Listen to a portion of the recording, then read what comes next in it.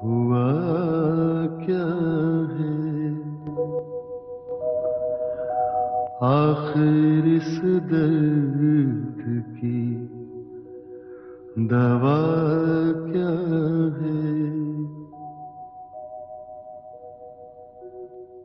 दिल, कवियों की कल्पना, ईश्वर का इंसान को एक तोहफा।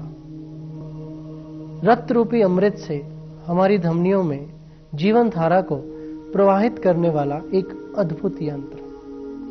वो यंत्र जो हमारे पैदा होने से पहले से लेकर हमारी आखिरी सांस तक चलते रहने में सक्षम है। ये हर मिनट में करीबन 80 बार, एक दिन में लगभग 1 लाख बार और एक वर्ष में 4 करोड़ 20 लाख बार तक धड़कता है। किंतु आज यही जीवनदाता हमारे लिए चिंता, बीमारी और मौत का सूचक बनता जा रहा है। हार्ट प्रॉब्लम है काफी लोगों को। दिल की बीमारी जो पहले कम था लेकिन अब ज्यादा है। आजकल बीमारियां बहुत बढ़ रही हैं। हार्ट डिसीज पॉजिटिवली बढ़ रहा है। ये मेनली मिडिल क्लास फैमिली में बढ़ रहा है। हार्ट डिसीज बहुत तेजी से बढ़ता जा रहा है, जिसकी वजह से लोगों की जिंदगी में, निजी जिंदगी में बहुत ज्यादा प्रॉब्लम्स आ गई हैं। इसका एक कारण जो ये है कि आज टेंशन्स बहुत बढ़ गई है, स्ट्रेस ज्यादा बढ़ गया है। इसका मेन कारण है ये लाइफस्टाइल। लोग तरह तरह के धूम्रपान वगैरह करते हैं, बीड़ी सिगरेट पीते हैं। पोल्यूशन भी है, पोल्यूशन जो एनवायरनमेंट जो पोल्यूशन है, प्रदूषण से ही हमारे को दिल की बीमारी का प्रकोप सा लगता है। फूड्स हैबिट्स वगैरह हैं, वो भी एक मेन कारण है। फास्ट फूड में लोग ज्यादा ध्यान देने लग गए हैं। प्योरिटीज तो रही ही नहीं है, तो आर्टिफिशियल जैसे बर्गर्स, पिज्जा लोग बहुत खाते जा रहे हैं। आर्टिफिशियल फूड में ज्यादा ध्यान जाता जा रहा है लोगों का, जो हमारे शरीर के लिए बहुत ज्यादा नुकसानदायक है। जो हृदय धमनी रोग है वो पूरे विश्व में और खास तौर भारत में बहुत ही विस्तारित रूप से फैल रहा है, और उसका जो प्रमुख कारण है वो रहन सहन का तरीका। हृदय धमनी रोग, जिसे हम कॉर्नरी आर्टरी डिजीज और आम लोगों के लिए एंजाइना और मायोकार्डियल इन्फार्क्शन के नाम से जाना जाता है, काफ़ी हद से बढ़ गया है। 1/3 से ज़्यादा लोग इस बीमारी से मरते हैं। जैसा कि हमें पता है 30 साल पहले या 40 साल पहले इसका इंसिडेंस भारत में बहुत कम था, 3% या 4%, जो कि आज बढ़ के 10% या 12% हो गया है। और रूरल एरिया में जहाँ पर लोगों को कम मानसिक तनाव है, वहाँ 2% से 4% बढ़ गया है। हिंदुस्तान की आबादी आपको मालूम है 100 करोड़ है, और अगर 100 करोड़ को केवल इस नंबर से देखा जाए बदल के, तो 4-5 करोड़ लोगों को ये बीमारी औसतन रूप से है। ऐसा कहने में आता है कि विश्व के जितने इस रोग के पेशेंट्स हैं उसके 60% हमारी कंट्री में होंगे। तो ये हमारे लिए एक बहुत गंभीर स्थिति है। हमारे देश में हर वर्ष करीब 40 से 45 लाख हार्ट अटैक के केसेस होते हैं, और दुख की बात यह है कि इनमें से 1/4 अस्पताल पहुंचने के पहले ही हो जाती है। और बहुत सारे पेशेंट्स अब हमारे देश में पश्चिम देशों की कंपैरिजन में उनकी उम्र कम होती है, 10 साल एवरेज उम्र कम है। कि 30 साल पहले जब जूनियर डॉक्टर के रूप में आईसीयू में काम करता था, तो आईसीयू में जो मरीज आते थे उनका उम्र 50 और 60 साल के बीच में होता था। औरतों की संख्या ऑलमोस्ट नगण्य के बराबर थी। एक साल में अगर 1000 मरीज भर्ती हुए तो मुश्किल से 100 मरीज फीमेल पेशेंट होती थी। आज चेंज हो गया है, बदलाव आ गया है। जो मर्द लोग आते हैं उनकी उम्र 20 और 40 साल के बीच में भी रहती है, और ऑलमोस्ट आधे लोग इस उम्र के होते हैं। औरतों की संख्या इतनी बढ़ गई है कि 10 बेड के आईसीयू में हमेशा 2 या 3 औरतें पेशेंट होती हैं। मेरा नाम रमेश रोहेला है। मेरे साथ मेरी माताजी हैं किताबो देवी, जिनकी उम्र 67 वर्ष है। मेरा किताबो देवी नाम और दिल्ली में रह रहे हैं।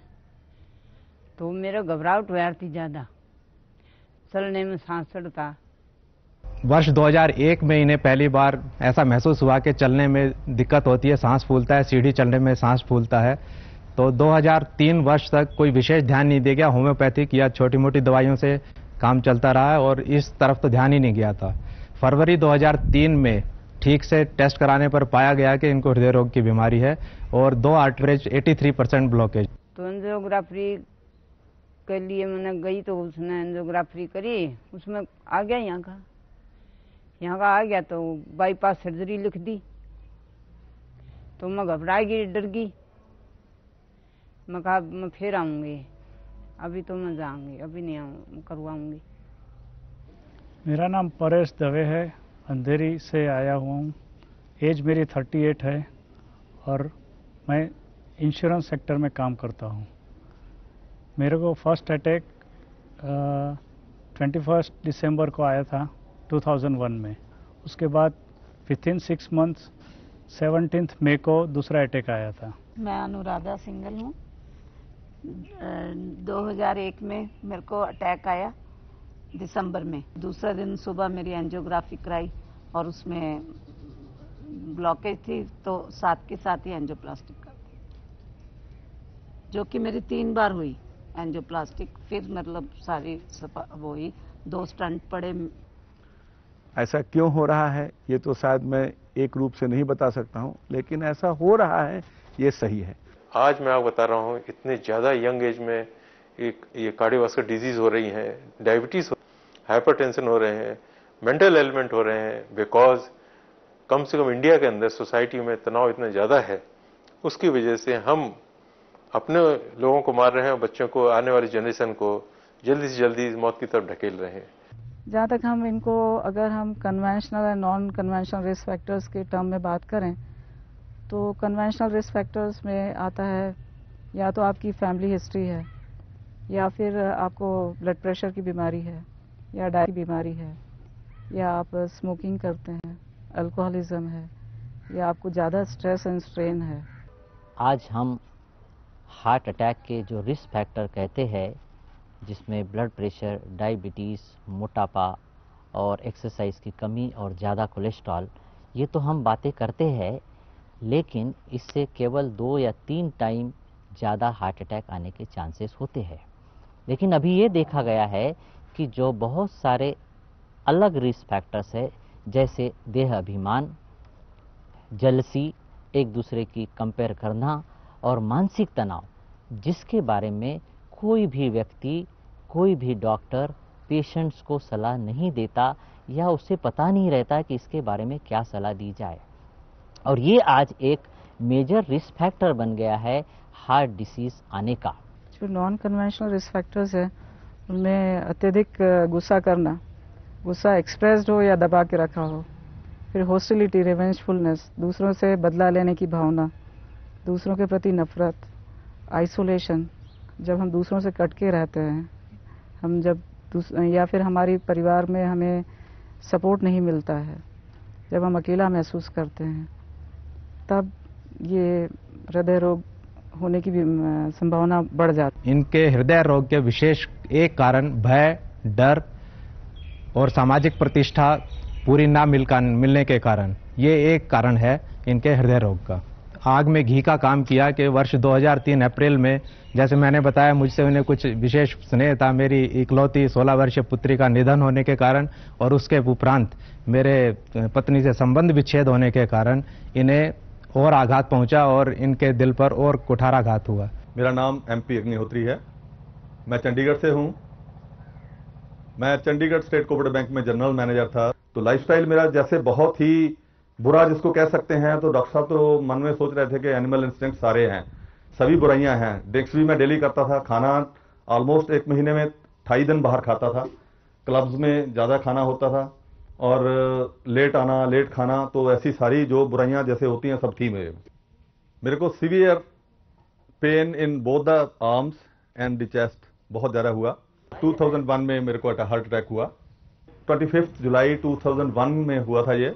तो 27 को उन्होंने मेरा एंजियोग्राफी किया, तो उसमें करीब 8 ब्लॉकेजेस पाई गई, जिसमें 99% थी, बाकी 90% और 80% ऐसे 8 ब्लॉकेजेस थी। तो उन्होंने कहा कि आपकी तो इमीडिएट CABG बाईपास सर्जरी करेंगे। और आज अगर हम बात करें कि कितने लोगों का हम इलाज कर पा रहे हैं, तकनीक से, जैसे कि बाईपास सर्जरी हुआ या एंजियोप्लास्टी हुआ। पिछले साल 50,000 लोग की एंजियोप्लास्टी की गई और उतने ही लोगों की बाईपास सर्जरी की। कहने का मतलब यह है कि 1 लाख लोगों का इलाज किया गया और 4 से 5 करोड़ लोगों को ये बीमारी है। इससे ये साफ जाहिर होता है कि जो इलाज हम कर रहे हैं और जिस रफ्तार से बीमारी बढ़ रही है वो किसी भी रूप में इसका उत्तर नहीं दे सकती है। मेरा ऐसा मानना है कि जब तक हम जड़ में नहीं जाएंगे तब तक ऊपर के पत्तियों को कुछ नहीं कर सकते। मेरा नाम SL पुरोहित है। मैं अभी 59 इयर्स मेरी एज है और मैं PWD में अभी इंजीनियर के पोस्ट पर जोधपुर में काम कर रहा हूँ। और 98 में मुझे हार्ट की थोड़ी सी प्रॉब्लम हुई थी और इमीडिएटली डिटेक्ट हो गई और मैंने एस्कॉट में बाईपास सर्जरी कराई। तीनों वेन में मेरे ब्लॉक थे, जिसमें एक में करीब 90, 80 और करीब 100% करीब इमीडिएटली। और उसके कराने के बाद में मैं 5 साल बाद में 2003 में मुझे फिर थोड़ी सी तकलीफ महसूस हुई और उसके साथ ही फिर जब मैंने वापस एंजियोग्राफी कराई तो मुझे पता लगा कि उन 3 में से एक वेन ब्लॉक हो गई है, 100% ब्लॉक थी। तो इमीडिएटली उसको फिर मैंने वो कराया। उसके बाद में 2004 तक मेरे 1 साल तो ठीक रहा, लेकिन उसके बाद फिर मुझे थोड़ी सी प्रॉब्लम होने लगी। प्रॉब्लम होने के बाद जब मैंने वापस एंजियोग्राफी कराई तो उन्होंने कहा 1-2 ब्लॉक और इसमें बढ़ रहे हैं और उन्होंने कहा इसका कोई अभी हमारे पास इसका कोई इलाज इमीडिएटली कुछ भी नहीं है और आप मेडिसिन पे अपना गुजारा करें। आज हमारा मेजॉरिटी ऑफ द पॉपुलेशन जो है, जो इसकी जो ट्रीटमेंट प्रणाली है जो कॉस्टली है वो अफोर्ड नहीं कर सकता। इसलिए आज का जो मनुष्य है वो लाचार है, मजबूर है, दुखी है। मेरा नाम जीजी रांदड़, मैं महाराष्ट्र से आया हूँ। मेरा प्रोफेशन चार्टर्ड अकाउंटेंट। मुझे मार्च 2001 में पहला अटैक आया। पूना में मेरी एंजियोग्राफी हुई। एंजियोग्राफी के बाद मुझे एंजियोप्लास्टी करने के लिए एडवाइस किया गया। मेरी एंजियोप्लास्टी हुई। मैं लेफ्ट आर्टरी में मुझे जो है 2 जगह ब्लॉक था, तो उस पर काफ़ी डिस्कशन हुआ किस प्रकार की स्टेंट डाली जाए। उस डिस्कशन के बाद स्टेंट डाली गई, लेकिन 6 महीने के बाद मुझे फिर से तकलीफ शुरू हुई और फिर से दोबारा मुझे जो है एंजियोप्लास्टी के लिए एडवाइस किया गया। फरवरी 2002 में मेरी फिर से एंजियोप्लास्टी हुई। दोनों एंजियोप्लास्टी में मुझे लगभग 6 लाख रुपए खर्चा हुआ। तो मेरा नाम है प्रेमनाथ भाई और मुझे 1.5 साल के कुछ दर्द सी महसूस थी। मैं हॉस्पिटल गया और हॉस्पिटल वालों ने कहा ये तो आप अहमदाबाद को जाना पड़ेगा। तो अहमदाबाद गए, उन्होंने मेरे ये ग्राफी वगैरह चेक किया तो उन्होंने कहा आपके लिए 3 ब्लॉकेज हैं और 3 ब्लॉकेज वो कहते फौरन आपको करने पड़ेंगे। तो उन्होंने वो ब्लॉकेज किए और ब्लॉकेज के दौरान उन्होंने गाइडेंस दी, उस गाइडेंस पे चलते हुए भी फिर भी मुझे उसके ठीक 2.5 महीने बाद फिर वही ब्लॉकेज में महसूस हुए दर्द और फिर दोबारा मैं फिर वहाँ गया तो उससे फिर भी फर्क नहीं हुआ, फिर भी अटैक आते रहे। पहले मेरा खर्च हुआ था 3 लाख, फिर दोबारा उन्होंने जो ब्लास्टिंग किया अंदर उसको खोला, जो 3 रिंग डाले थे वो रिंग फिर भी वही ब्लॉकेज थे। फिर उन्होंने लिया 5.5 के आसपास, फिर खर्च आया 1.5 लाख का आपका, और फिर भी मुझे अंदर से घुटन सी महसूस होती रही। मेरा नाम बाबू भाई पटनी है। मैं गुजरात अहमदाबाद से आया हूँ। मेरी उम्र 59 साल की है। मेरे को आश्रय 3 साल पहले अटैक आया था और अहमदाबाद में एडमिट किया था। वहाँ से मेरे को ऐसा बाईपास कराने का बोला, मैं पैसे की वजह से नहीं करा सका। मेरा नाम विनोद शर्मा है। मैं कुरुक्षेत्र हरियाणा का रहने वाला हूँ और एक नेशनलाइज्ड बैंक में मैनेजर के पद पर कार्यरत हूँ। लास्ट ईयर फरवरी 2004 में मुझे हार्ट अटैक हुआ था। उस हार्ट अटैक के उपरांत मुझे गुजरात से कुर्क घर पे ले गए और 2 महीने तक मैं बेड पे रहा। नेशनल हार्ट इंस्टीट्यूट दिल्ली से मैंने अपना एंजियोग्राफी करवाया जून 2004 में। भी मुझे गाइड किया कि आपको स्टंट डलवाने होंगे, आपका लगभग 2.5 लाख रुपया खर्च होगा। इतनी भारी विपत्ति या इतना भारी पैसे का खर्चा सुनकर हम लोग और ज्यादा परेशान हो गए और मानसिक तौर से मैं बहुत व्यथित हो गया।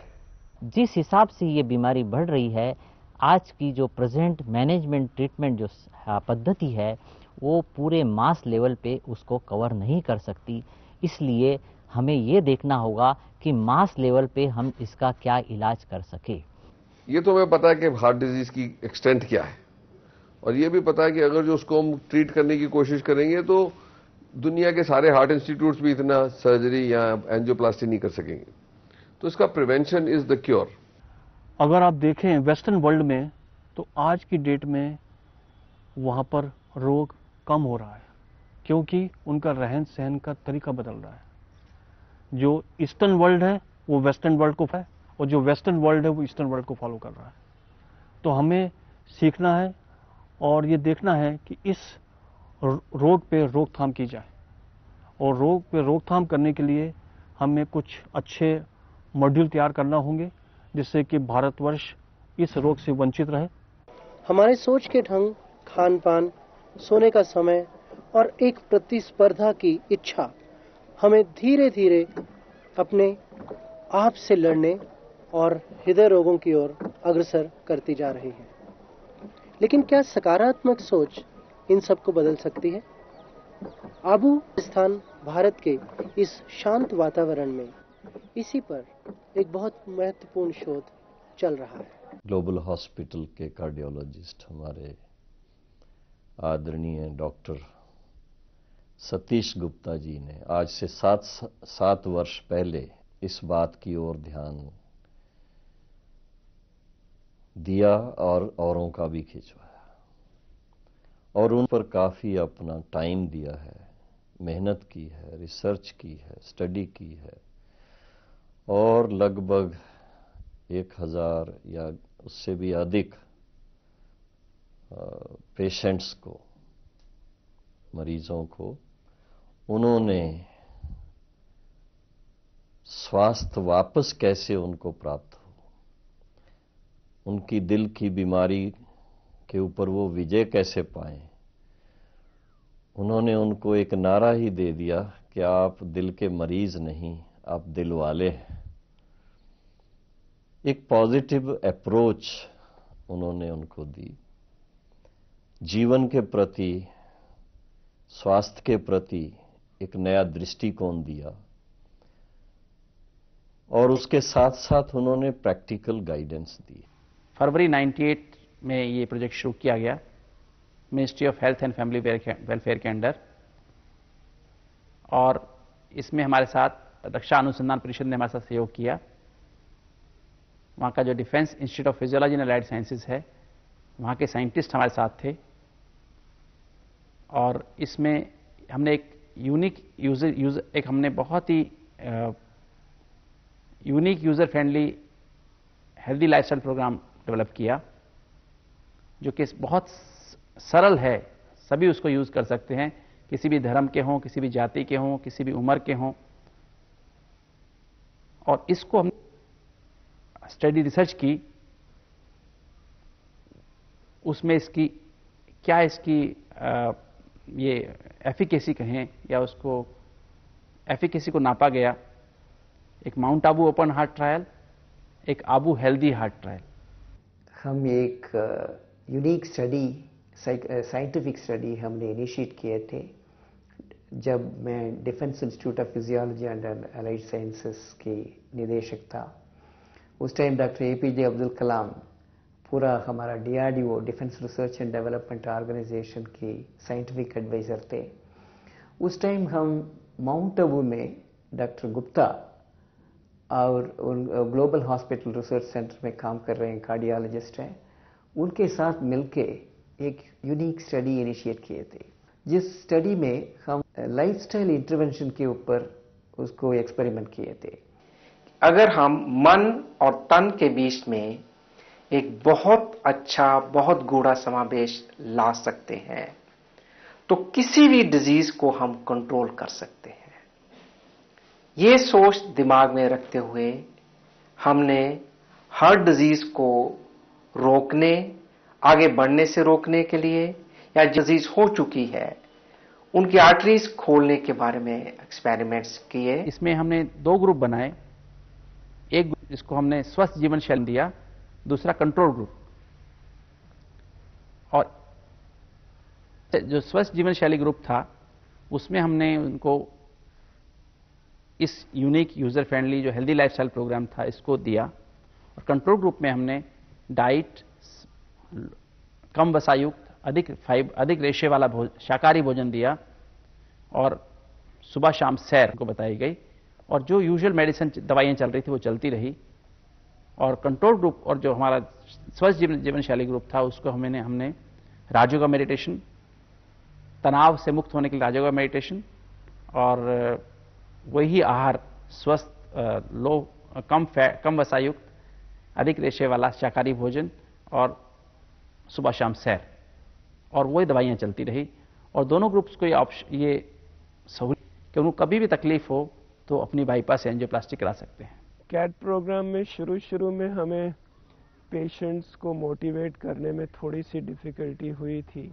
बहुत से लोग जो इंटेलिजेंट थे वो बात को समझते थे, लेकिन जो नॉर्मल पेशेंट्स हैं उनके लिए थोड़ा एक्सेप्ट करना मुश्किल था।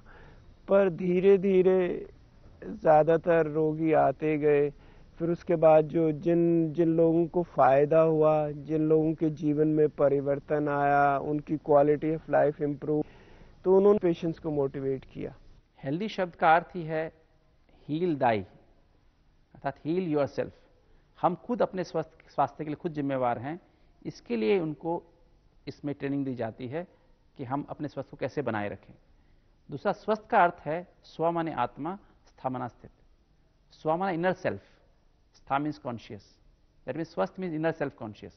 और इनक्यूरेबल शब्द का, जो हार्ट की बीमारी इनक्यूरेबल है आज के हिसाब से, तो इनक्यूरेबल का मतलब है इन प्लस क्यूरेबल, अर्थात ये बीमारी क्यूरेबल है अगर हम अंदर जाएं तो इनर सेल्फ कॉन्शियस होने से बीमारी के अंदर जा सकते हैं और बीमारी का इलाज कर सकते हैं।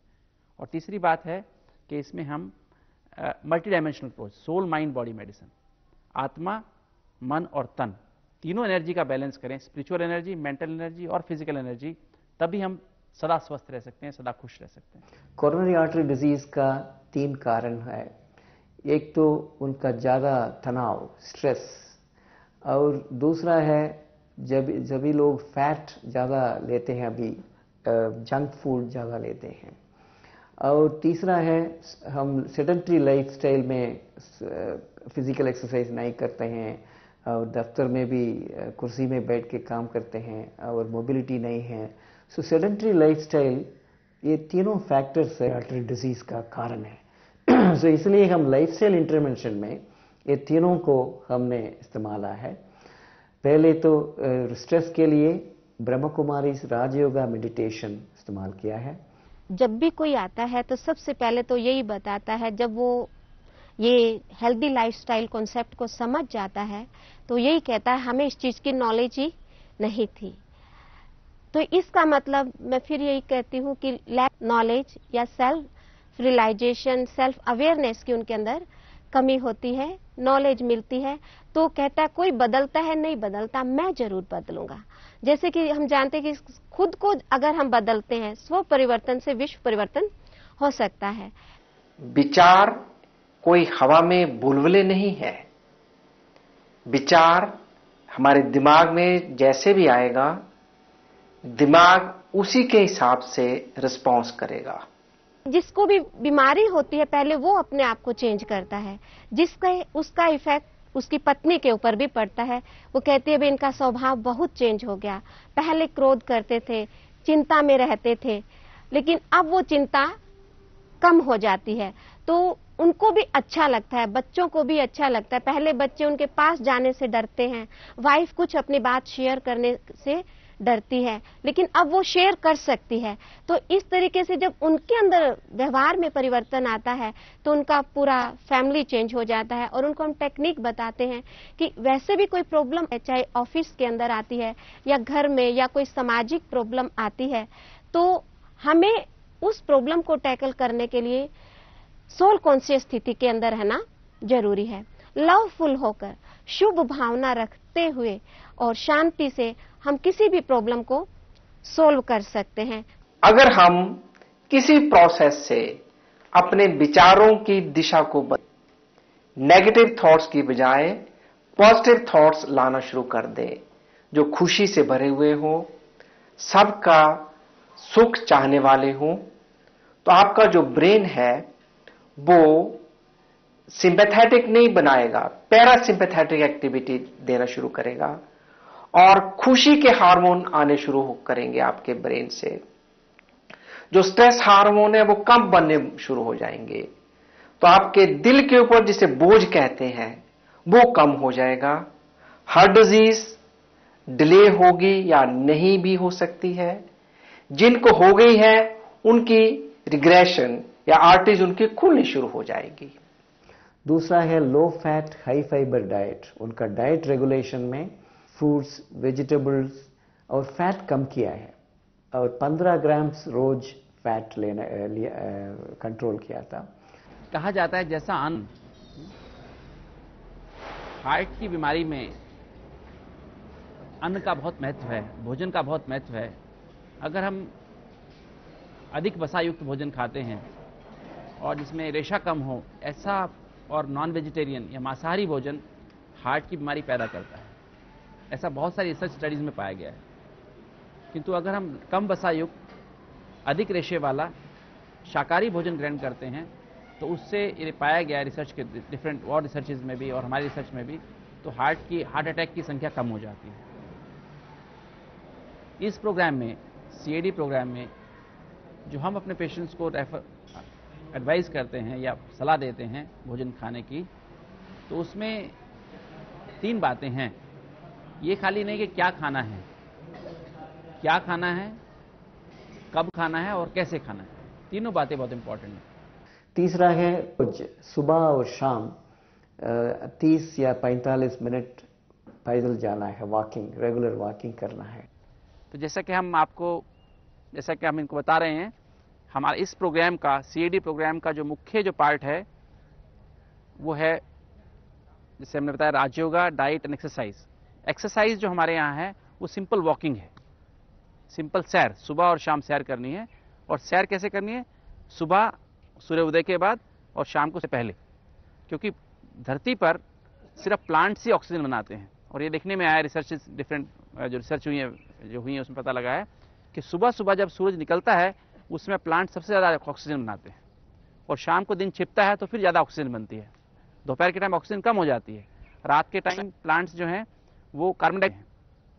तो रात के टाइम कभी ना टहलें, दिन छिपने के बाद कभी ना टहलें, सूर्य उदय से पहले ना टहलें, सूर्य उदय के बाद टहलें और सूर्य छिपने से पहले टहलें, वॉकिंग करें।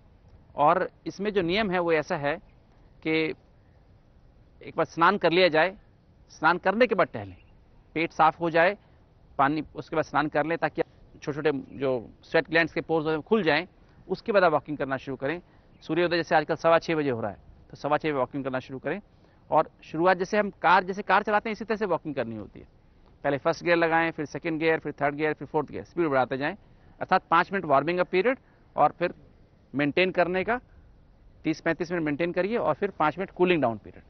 ये तीनों हमारे इंटरवेंशन किए थे, जिसमें हमने physiological, biochemical, psychological, clinical parameters, पूरा साइंटिफिक पैरामीटर्स हमने मॉनिटर किए थे पहले, स्टडी शुरू होने से पहले और इंटरवेंशन करने के बाद। आपको ज्ञात हो कि सभी जो हार्ट पेशेंट्स आए, जिनको हम दिलवाले कहते हैं, उनको सब पहले एंजियोग्राफी करा करके आए थे और 80% उनमें से 2 या 3 आर्टरी उनकी ब्लॉक थी, अर्थात वो खतरनाक बीमारी से पीड़ित थे। शरीर का नाम ओम प्रकाश पहूजा, उम्र 68, शिक्षा इंजीनियरिंग में डिग्री दिल्ली से किया, फिर एमएस का अध्ययन यूके और यूएसए से किया और पीएचडी फाइबर साइंसेज में यूरोप से किया 1966 में।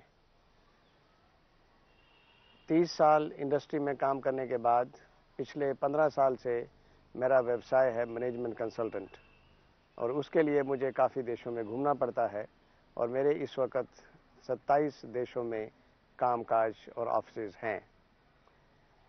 शरीर की लिमिटेशन के हिसाब से 1997 में जब मुझे कुछ चलने फिरने की दिक्कत हुई और छाती में कुछ तो दर्द महसूस होता था, तो TMT टेस्ट कराया जो पॉजिटिव निकला, और उसके बाद अक्टूबर 97 में एंजियोग्राफी कराई पहली बार। उस एंजियोग्राफी में 6 ब्लॉक्स निकले, एक 100%, 3 90%, एक 80% और एक 60%। तो it was a case of TVD, तीनों नलियों में कुछ ना कुछ प्रॉब्लम थी। My name is O.N. Bartaya Unkaria. I was private secretary in High Court to the Honorable Judge. Now I have been retired. Pain होता था, चेस्ट में pen होता था, ऐसा लगता था कि बस बिस्तर पर पड़े रहे, कोई बोले नहीं। हमने कानपुर रिजेंसी में एंजियोग्राफी कराई थी, 98 में कराई थी, तो उसमें हमको 3 ब्लॉकेज मिले थे। 100% थे, 90% था और एक 70% था। डॉक्टर ने कहा कि हम आपको अपने इससे जाने नहीं देंगे हॉस्पिटल से, और आपको अभी एडमिट होना है, आपकी सर्जरी होगी। In the year of 2004, in the month of April 2004 में मेरा दिल का को दर्द आया, पेन आया। इसी वक्त हम कलकत्ता का जो गवर्नमेंट हॉस्पिटल है, PG हॉस्पिटल में हम दाखिल हुआ। वहाँ का डॉक्टर को मैंने एंजियोग्राफ किया, आधा टेस्ट किया, उसका देखा जो मेरा लेफ्ट साइड का 2 आर्टर है और राइट का 1, 2 साइड में 76 एक है, 51 है और राइट साइड में 100 ब्लॉक है। मैं सतवान सिंह चंडीगढ़ का रहने वाला हाँ, 50 साल की उम्र है। सितंबर 2003 ਦੇ ਵਿੱਚ ਜਦੋਂ ਮੇਰੀਆਂ ਬਾਹਾਂ ਦੇ ਵਿੱਚ ਪੇਨ ਆਈ, ਮੇਰੇ ਚੈਸਟ ਦੇ ਵਿੱਚ ਥੋੜੀ ਜਿਹੀ ਪੇਨ ਹੋਈ ਤੇ ਮੈਂ ਜਨਰਲ ਹਸਪੀਟਲ 'ਚ ਜਾ ਕੇ ਦਿਖਾਇਆ। ਉਹਨਾਂ ਨੇ ਮੇਰੀ ECG ਕੀਤੀ ਜੋ ਕਿ ਅਬਨੋਰਮਲ ਸੀ। ਉਹਨਾਂ ਨੇ ਮੈਨੂੰ ਐਂਜੀਓਗ੍ਰਾਫੀ ਵਾਸਤੇ ਕਿਹਾ, ਜਿਹਦੇ ਵਿੱਚ ਮੇਰੀਆਂ 3 ਬਲੌਕੇਜ 100 ਅਤੇ 90% ਆਈਆਂ। I was very lucky कि I got my attack right on the hospital. My family was with me. They all rushed me to the ICU unit और वहाँ मुझे एडमिट कर लिया गया। सेकेंड डे मेरा एंजियोग्राफ किया गया और एंजियोग्राफ में मेरे को कहा गया कि आपको इमीडिएट बाईपास कराना है। तो 8 ब्लॉक्स निकले मेरे एंजियोग्राफ में, जिसमें से 2 100%, 2 95, एक 90, बाकी 60 और 75। I am civil engineer Mahendra Girdhar, Jind from Haryana. और 2003 में मुझको फर्स्ट टाइम मैंने खाई थी दिसंबर में, और मुझको ऑफिशियली बहुत ज़्यादा हार्डवर्क करना पड़ता था। ऐसे सोच लीजिए कि मारा मारी थी ऑफिस में। इतना ज़्यादा टेंस हो गया कि एकदम जैसे कि जा रहा था तो बाइक पे जा रहा था, एकदम बहुत ज़्यादा प्रॉब्लम हुई और बहुत चेस्ट पेन हुआ। और मुझको पता चला कि इस तरह डॉक्टर ने बताया कि हार्ट प्रॉब्लम है। एंजियोग्राफी करवाई तो उसमें मुझे मेरी 3 ब्लॉकेज मिली, एक में 90%, एक में 80% और एक में 60% ब्लॉकेज थी। मैं ज्ञानचंद अरोड़ा रोहतक से हूँ, हरियाणा से, और मेरी प्रिंटिंग प्रेस है। मेरी उम्र 70 साल है। 2001 में मुझे अटैक हुआ और मैं ICU में 4 दिन रहा।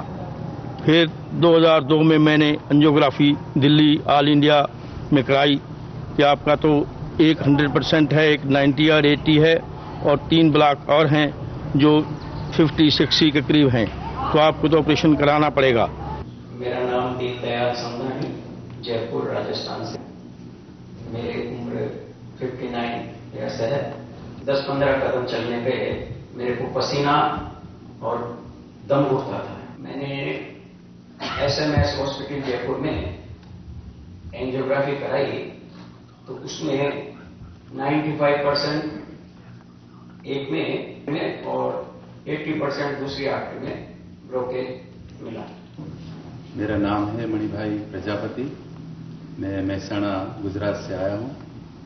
मैं महसाणा दूधसागर डेयरी में सर्विस करता हूँ। मेरी उम्र है 57 ईयर्स।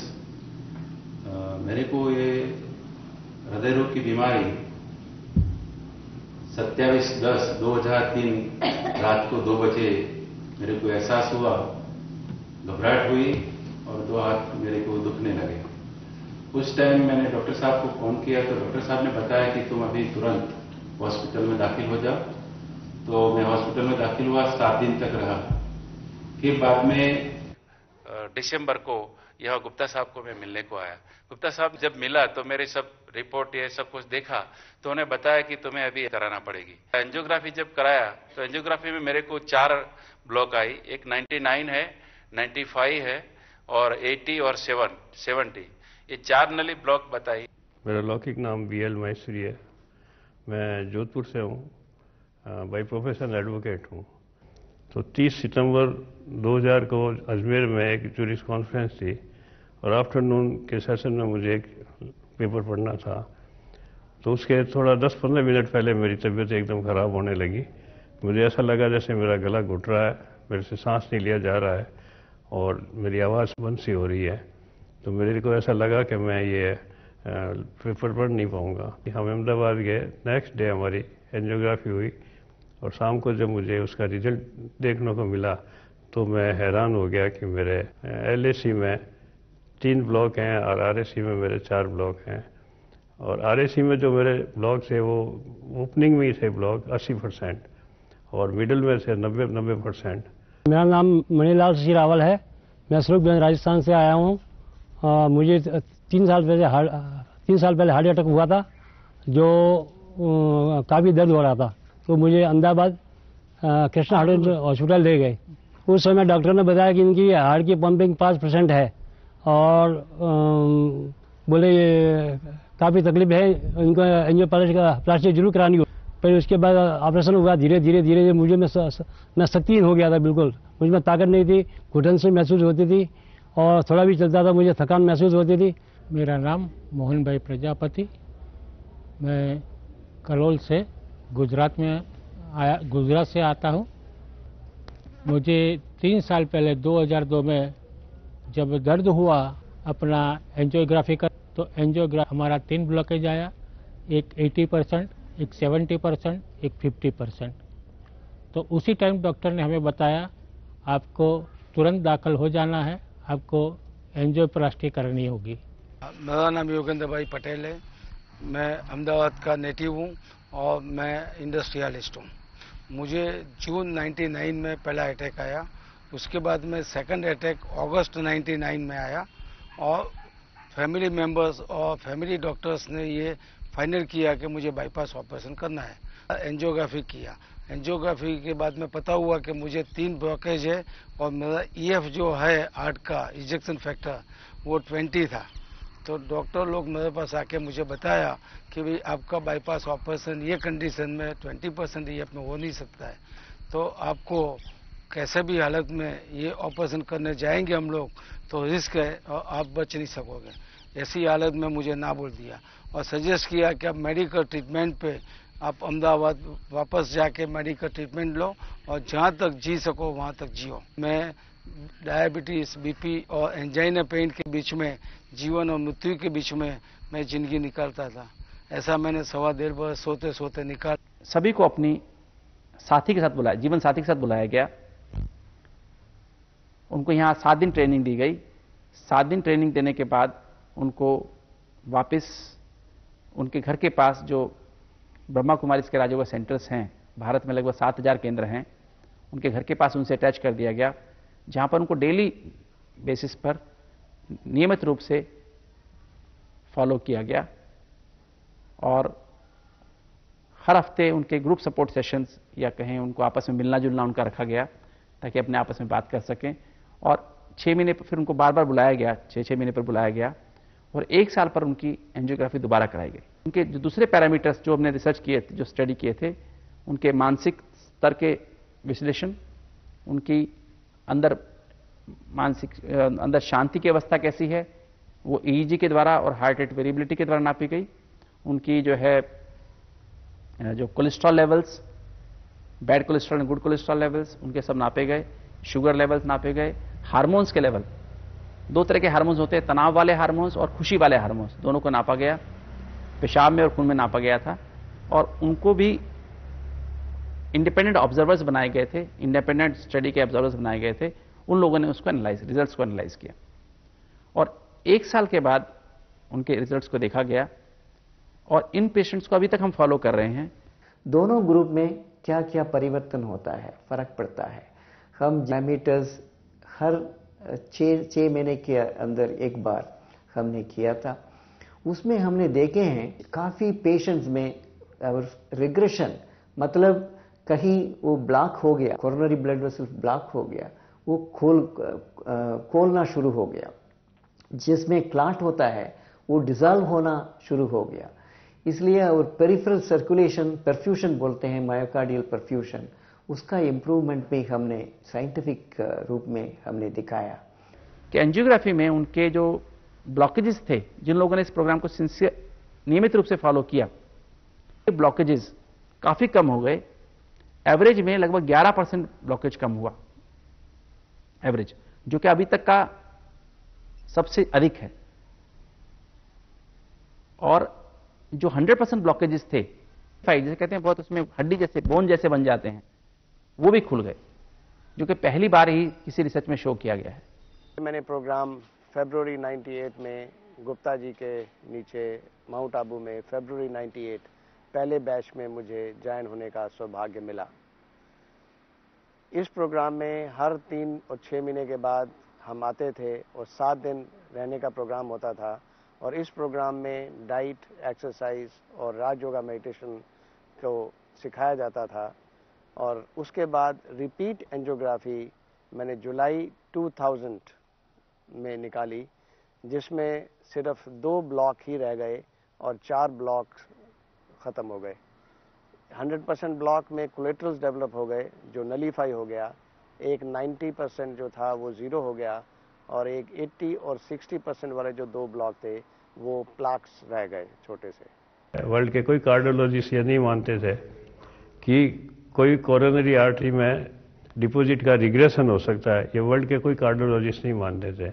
और अब वर्ल्ड के कार्डियोलॉजी ये कन्विंस हो गया है कि नहीं, रिग्रेशन हो सकता है without surgery, by spirituality, by Raj yoga. जो प्रोग्राम लिया डॉक्टर साहब ने, सवेरे मेडिटेशन करना, डाइट लेना बराबर, घूमना, एरोबेटिक एक्सरसाइज करना, ये मैंने रेगुलर किया। 1 फरवरी 2001 को मैं अहमदाबाद गया, रिपीट एंजियोग्राफी करवाई, और एंजियोग्राफी के रिजल्ट लेके जब मैं वापस आया तो डॉक्टर साहब उछल पड़े, कहने लगे तुमने 4 महीने के अंदर अंदर जो इम्प्रूवमेंट करके दिखाया है वो एक्स्ट्राऑर्डिनरी। 6 महीने बाद में मैंने वापस मेरा एंजियोग्राफ कराया, उसमें मेरा कंप्लीट 5 ब्लॉक्स जो मिले वो सारे के सारे एंजियोग्राफ के अंदर नहीं आ पाए। ये 5 ब्लॉक निकलने की वजह से मैं अपने सारे काम अब आराम से करता हूँ। दिसंबर 2004 को कैट प्रोग्राम के लिए आया।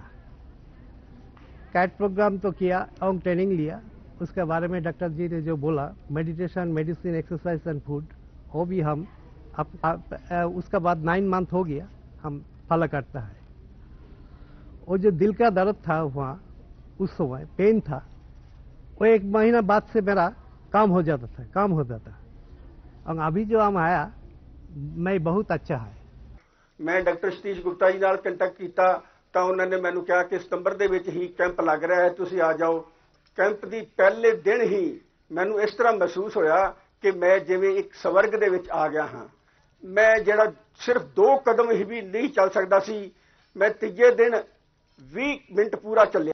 ਮੈਨੂੰ ਚੰਗੀ ਤਰ੍ਹਾਂ ਯਾਦ ਹੈ ਕਿ 6ਵੇਂ ਦਿਨ ਗੁਪਤਾ ਜੀ ਸਾਨੂੰ ਇੱਥੇ ਹੀ ਇਸੇ ਤਰ੍ਹਾਂ ਪਿਕਨਿਕ ਵਾਸਤੇ ਲੈ ਕੇ ਆਏ ਤੇ ਅਸੀਂ ਪੂਰਾ 1 ਘੰਟਾ ਇੱਥੇ ਡਾਂਸ ਕੀਤਾ। ਔਰ ਮੈਨੂੰ ਉਹ ਸ਼ਬਦ ਯਾਦ ਨੇ ਜਦੋਂ ਡਾਕਟਰ ਸੁਧਾ ਯਾਦਵ ਜੀ ਨੇ ਗੁਪਤਾ ਜੀ ਨੂੰ ਕਿਹਾ ਕਿ ਗੁਪਤਾ ਜੀ ਤੁਸੀਂ ਪਾਗਲ ਤਾਂ ਨਹੀਂ ਹੋ ਗਏ, ਇਹ ਹਾਰਟ ਪੇਸ਼ੈਂਟ ਨੇ, ਇਹਨਾਂ ਨੂੰ ਕੁਝ ਹੋ ਸਕਦਾ ਹੈ। ਔਰ ਐਡੀ ਚਮਤਕਾਰ ਦੇ ਨਾਲ ਅਸੀਂ ਇਸ ਪ੍ਰੋਗਰਾਮ ਦੇ ਵਿੱਚੋਂ ਆਪਣੇ ਆਪ ਨੂੰ ਸਫਲਤਾ ਪ੍ਰਾਪਤ ਕੀਤੀ ਹੈ।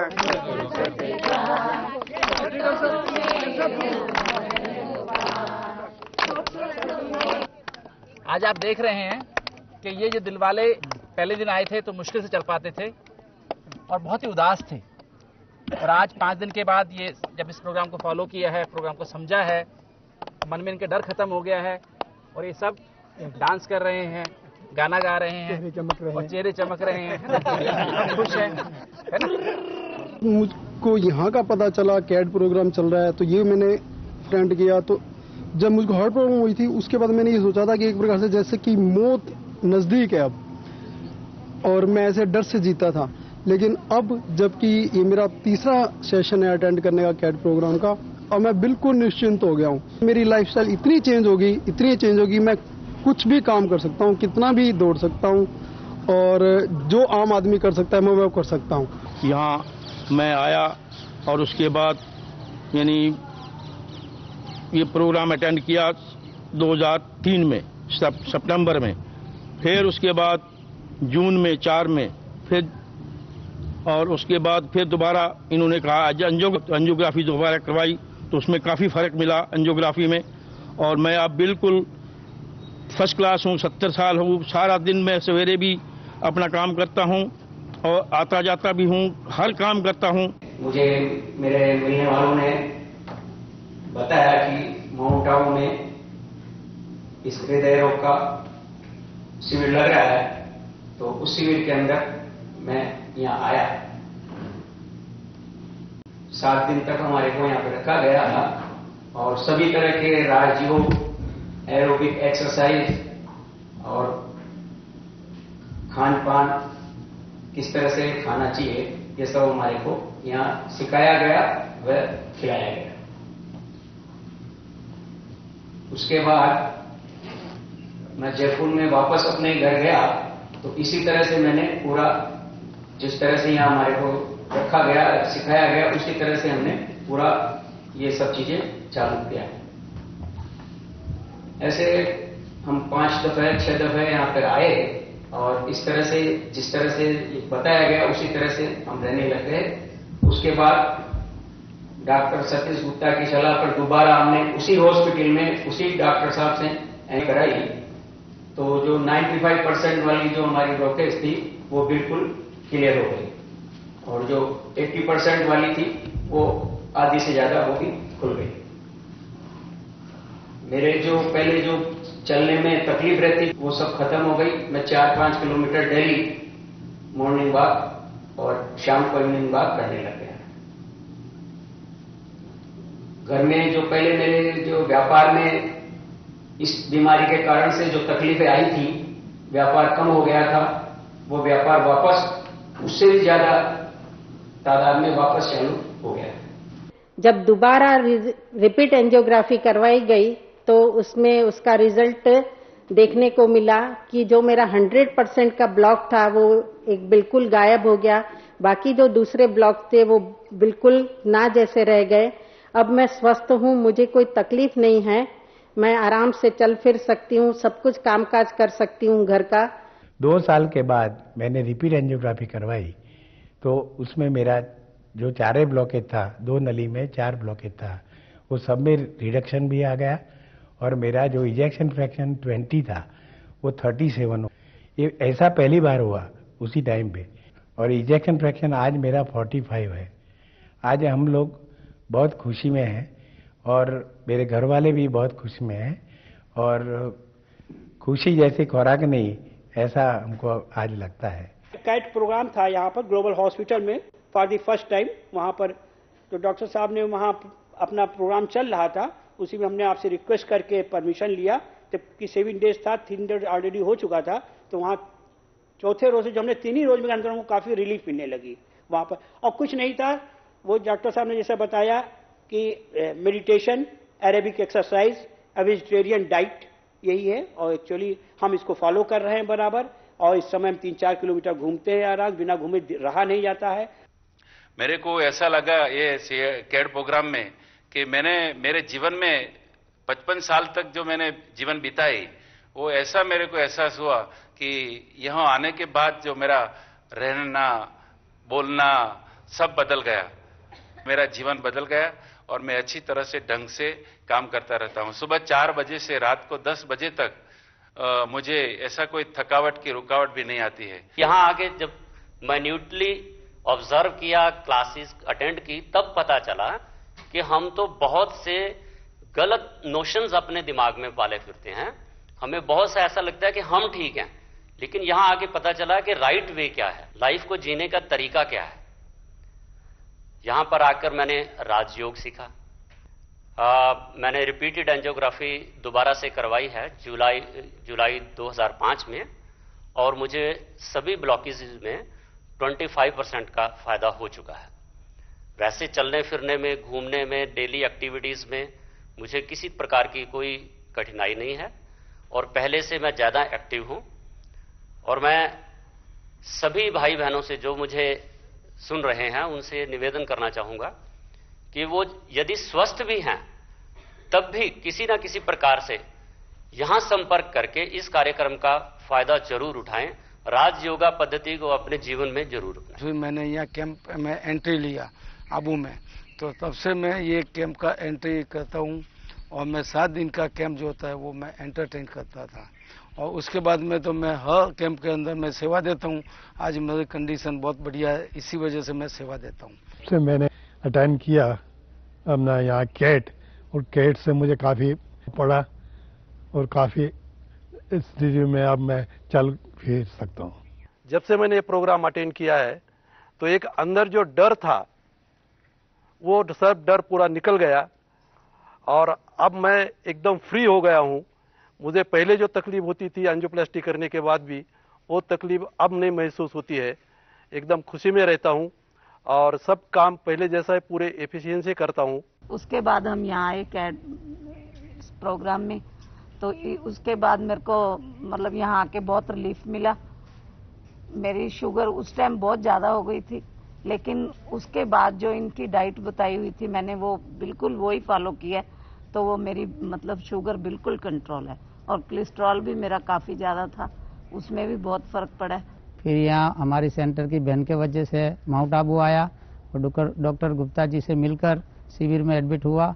अभी मैं तीसरी शिविर में आया हूँ। मैं बिल्कुल अच्छा हूँ, चल सकता हूँ और आनंद में हूँ। उसके बाद यहाँ का प्रोग्राम फॉलो करने के बाद धीरे धीरे खान पान और डाइटिंग वगैरह सब करने से मुझे काफ़ी फर्क पड़ा। अब मैं पूरी तरह स्वस्थ हूँ। और यहाँ आते ही मुझे उस दिन जब इन्होंने सुबह मैं करीब 10 बजे यहाँ पहुँच गया था, तो 10 से लेकर जब 5 बजे तक लगातार मैं 6 बजे इन्होंने मुझे काम कराया, तो एक बार तो मुझे मन में ये लगा कि मैं कैसे कर पाऊँगा। 6 बजे तक तो मैं परेशान रहा, लेकिन 6 बजे जब वॉकिंग की तो वॉकिंग करने के बाद रात को 8 बजे तो मैं एक तरह से भूल भी गया कि मैं वाकई कोई इतना बीमार हूँ। मैं CID प्रोग्राम यहाँ आबू में आ गया। आबू में आके डॉक्टर सतीश गुप्ता को अपना जो रिपोर्ट था दिखाया। जब फॉलो किया तो ऐसा महसूस हुआ जैसे हम पहली बार कुछ खुशी महसूस कर रहे हैं। ये राजयोग का जो प्रोग्राम हमने अटेंड किया और इसी हिसाब से हमारा डायबिटीज़ भी गुम हो गया, हमारी 50% ब्लॉकेज थी वो भी गुम हो गई। आज मैं इतना फिट फील हूँ, इतना हेल्दी वेल्दी हूँ, इतना हार्ड वर्क मैं कर सकता हूँ जैसे मैं 35 साल का जवान हूँ। कैट प्रोग्राम में आने के बाद मेरी जो प्रॉब्लम्स थी वो काफ़ी हद तक अच्छी हो गई और मैं मच फील बेटर कर रहा हूँ।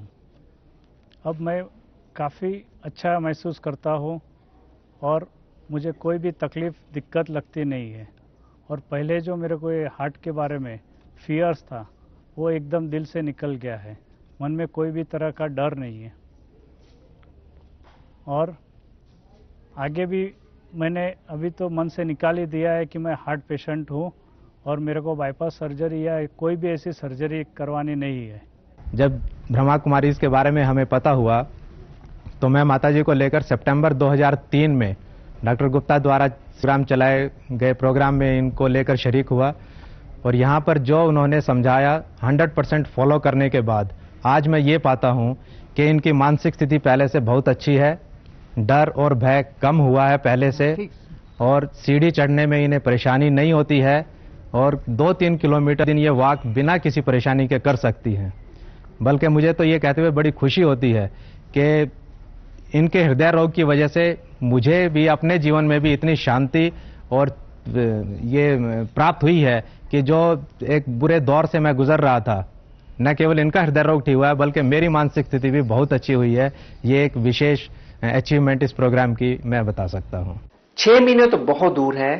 इवन 7 दिन के बाद भी जब हमने इन लोगों की इन्वेस्टिगेशन की, इनके खून का जांच किया, इनके हार्ट का जांच किया, इनके दिमाग का जांच किया और स्ट्रेस हार्मोन का जांच किया, 7 दिन में ही चेंजेस आने शुरू हो जाती है। हमारे पास ऐसे ऐसे पेशेंट्स थे जो जब स्टडी में ज्वाइन किया तो उनको 20 या 25 मीटर चलने की उनमें आपस में मानसिक ताकत नहीं थी, वो डरते थे इतना चलना भी।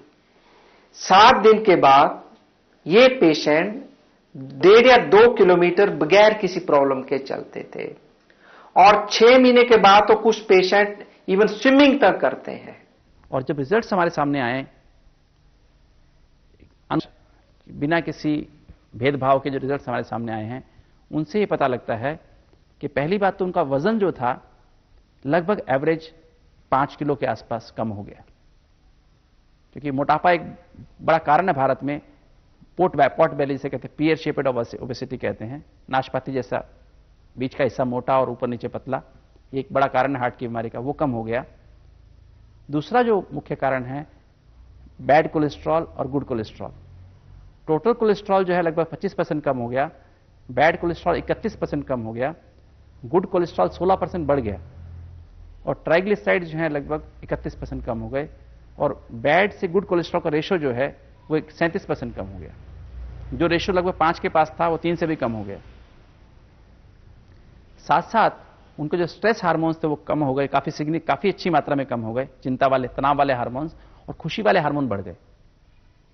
ईईजी में देखने में आया, आश्चर्यजनक बात सामने ये आई कि आंख खोले भी उनका जो रिलैक्सेशन लेवल था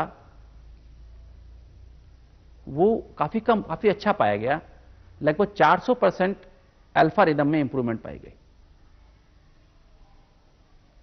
और जो हमारे 2 सिस्टम होते हैं, सिंपैथेटिक सिस्टम और पैरासिम्पैथेटिक सिस्टम, ये देखने में आया कि हार्ट पेशेंट्स में सिंपैथेटिक सिस्टम ज्यादा प्रीडोमिनेंट होता है, और ये देखने में आया कि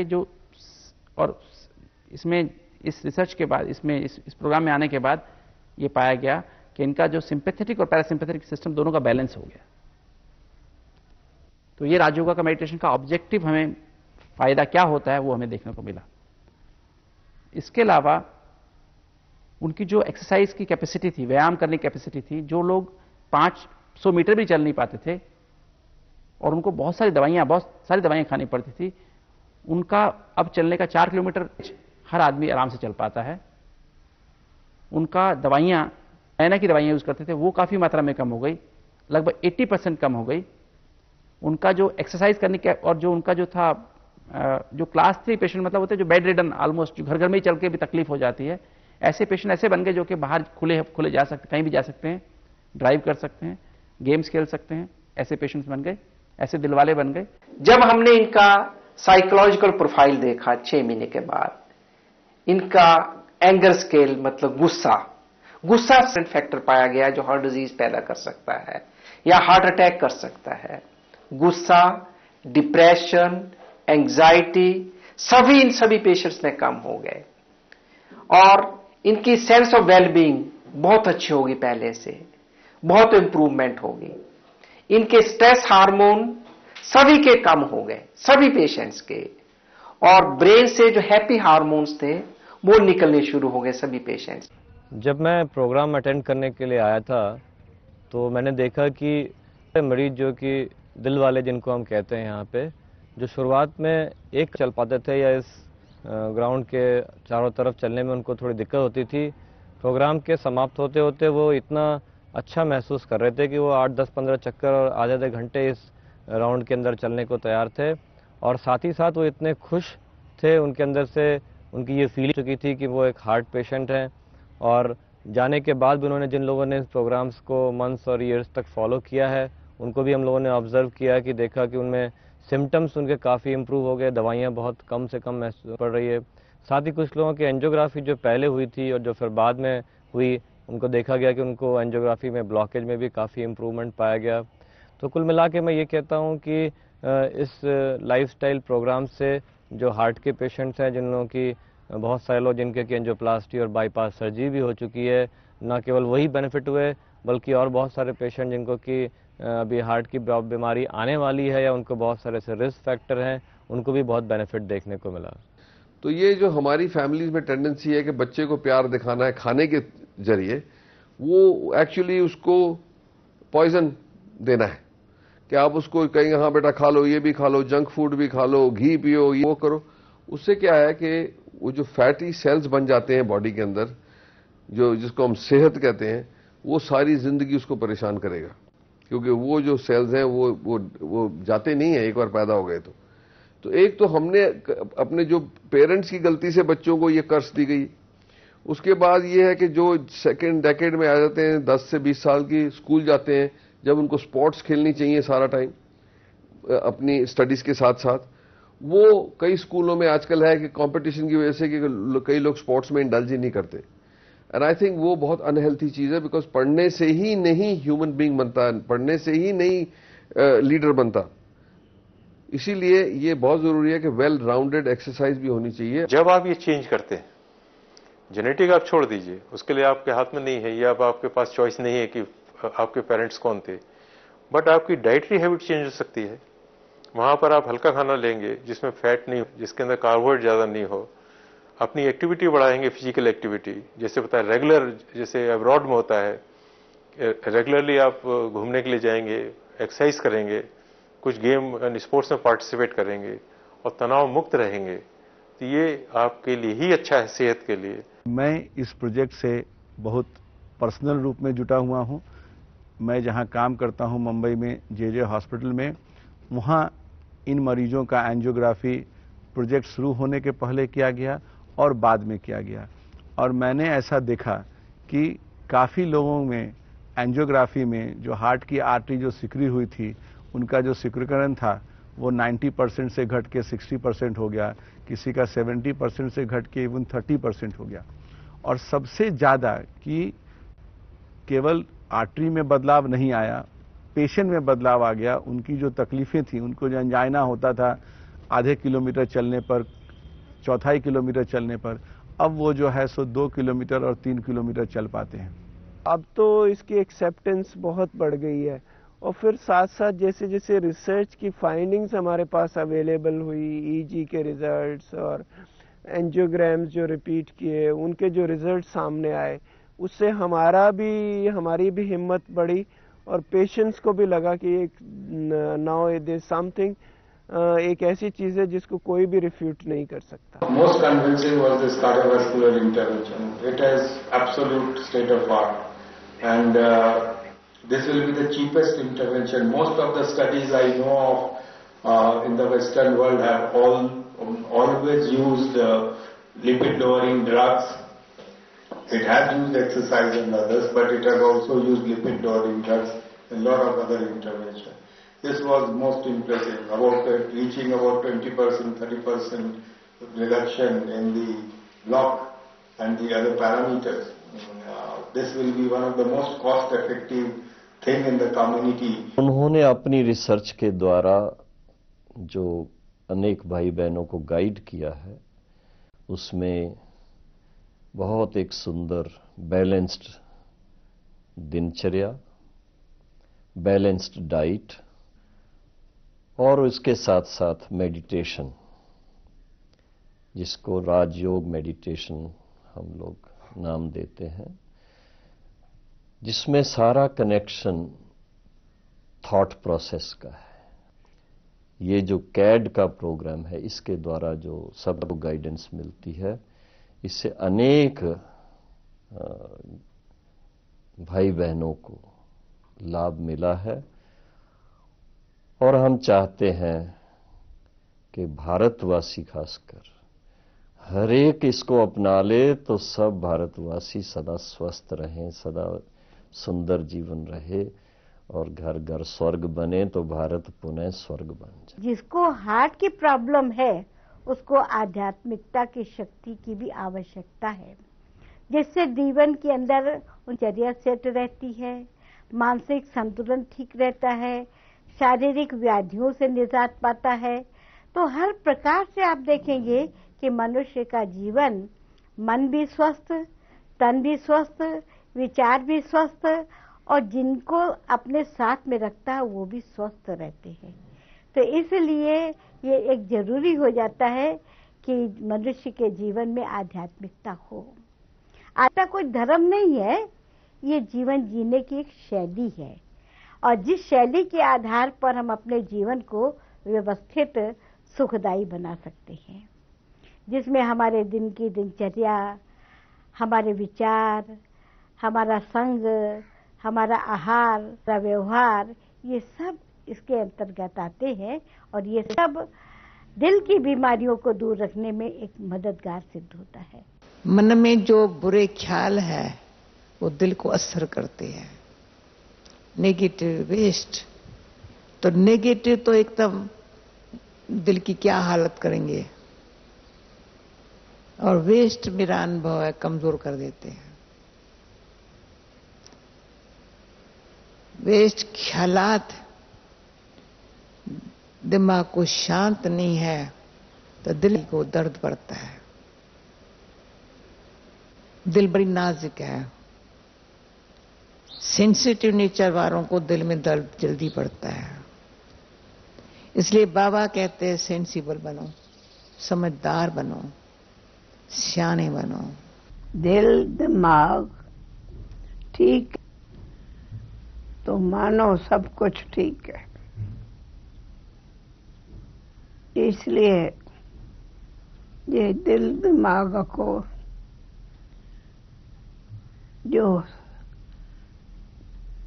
सदा ठीक रखते और उसके लिए जो ये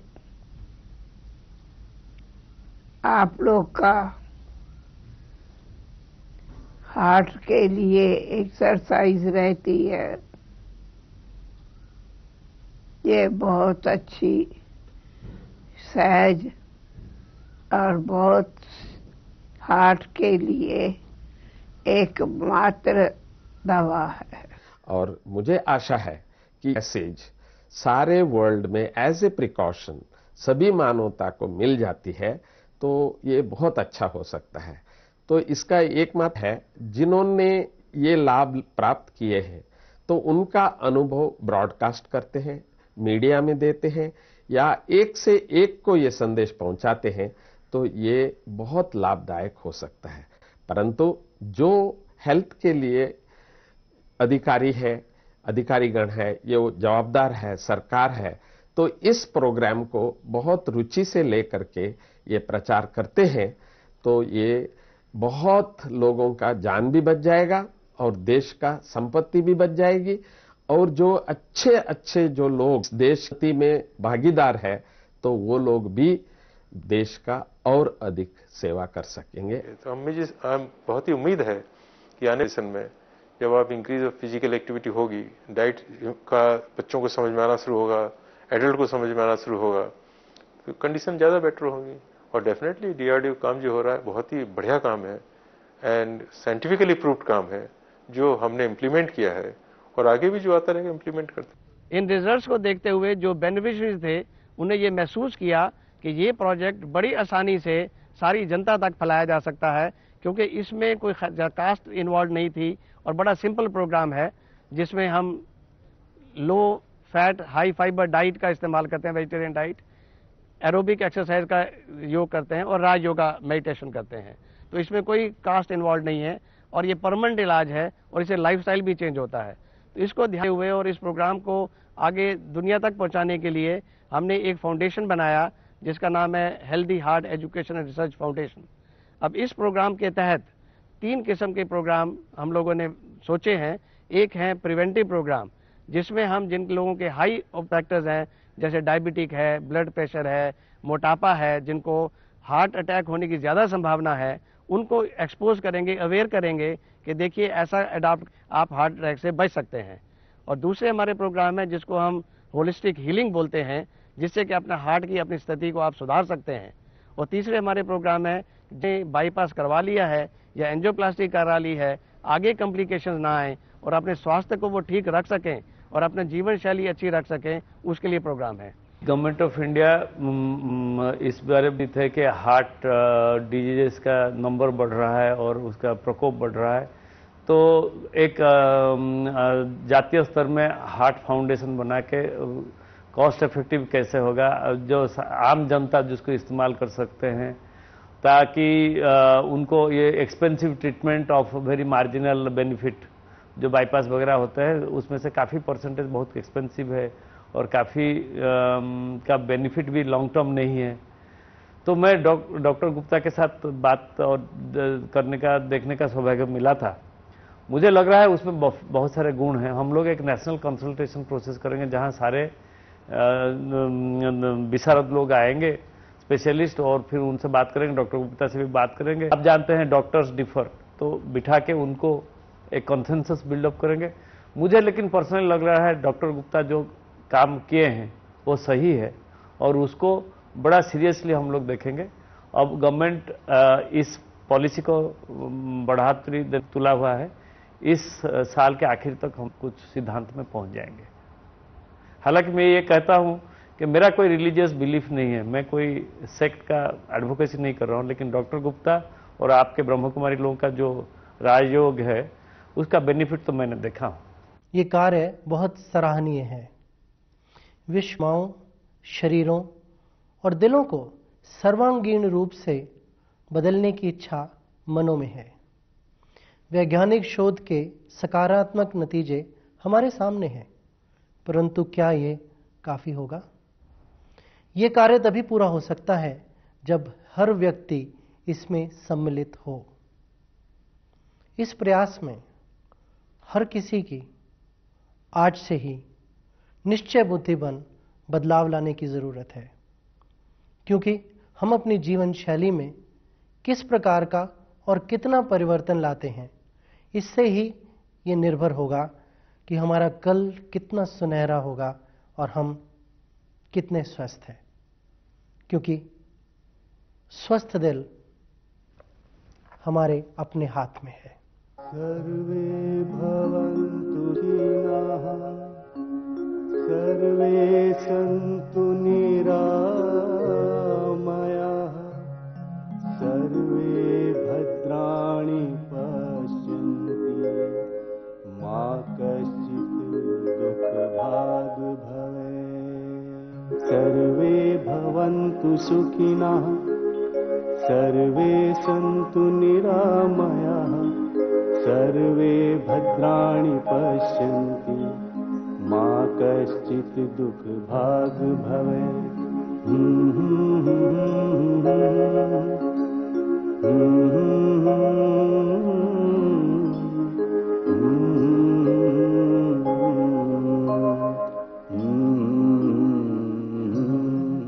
सर्वे भवन्तु सुखिनः, सर्वे सन्तु निरामयाः, सर्वे भद्राणि पश्यन्ति, मा कश्चित् दुःखभाग् भवेत्।